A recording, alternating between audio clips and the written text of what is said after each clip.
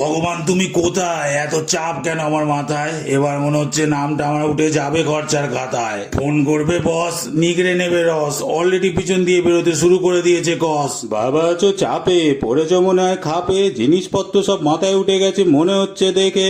উঠছি না কাকা পেরে, ভাবছি দেবো কাজটা ছেড়ে, না হলে কদিন পর দেখবো এরা ফেলেছে আমায় মেরে। চিন্তা করবে যত মাথা খারাপ হবে তত। এ নাও বাবা বাদাম খাও, সুখে থাকো আমার মতো।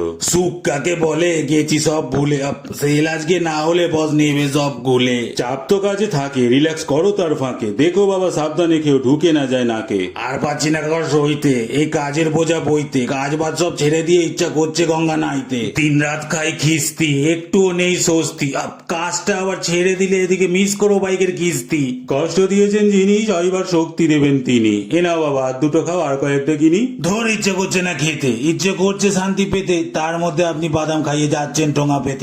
বাদাম চাকতি ছিল, পড়ে গেছে দাঁতগুলো, চেবাতে পারি না চুষে খেয়ে, তাই দিচ্ছি বাদামগুলো। হ্যাঁ, আহা ষাট ষাট ষাট ষাট